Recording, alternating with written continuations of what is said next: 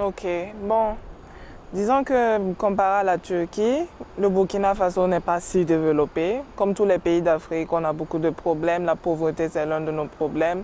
La famine et tout. Et surtout, beaucoup de manque d'éducation de la part des gens. Et aussi, on reçoit beaucoup d'aide de la part des pays européens ou autres pays, surtout des institutions internationales. Mais toujours est-il, le Burkina Faso, déjà, ça veut dire pays des hommes intègres. Et en anglais, quand on traduit, ça veut dire de l'homme heureux, quoi.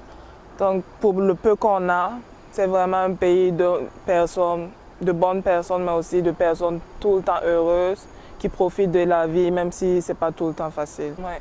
Et aussi, je peux vous dire qu'il y a deux villes principales.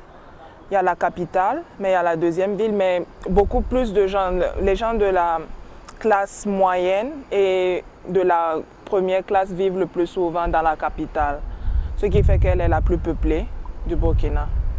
C'est trop dit, parce que nous déjà on n'a pas ce problème de religion là. La religion, c'est pas vraiment quelque chose sur laquelle on se base.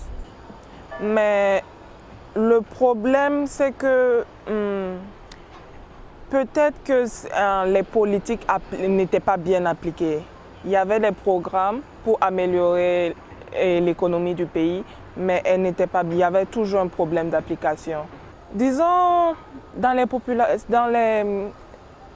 endroits les plus reculés, là où il y a toujours un manque d'éducation, oui, les gens sont toujours dans leur ancienne mentalité et certaines personnes pensent que la femme ne doit pas aller à l'école. Il y a ce genre de problème. Mais il y a tout le temps, il y a toujours eu des politiques pour améliorer cette mentalité.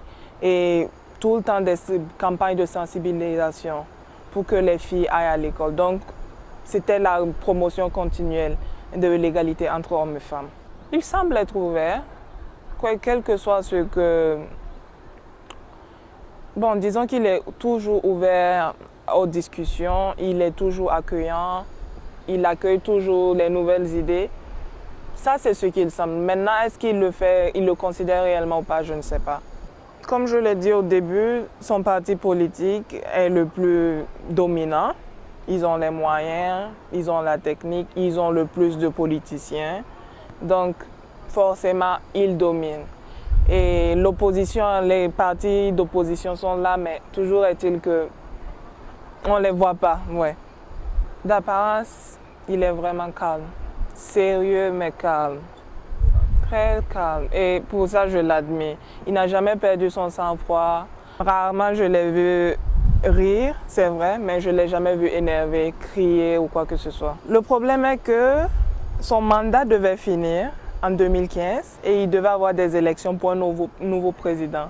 Et il devait laisser la place aux nouvelles personnes. Mais il voulait changer la constitution pour prolonger et pour retirer cette limite de mandat et pouvoir se représenter encore, c'est-à-dire avoir le pouvoir pour une éternité.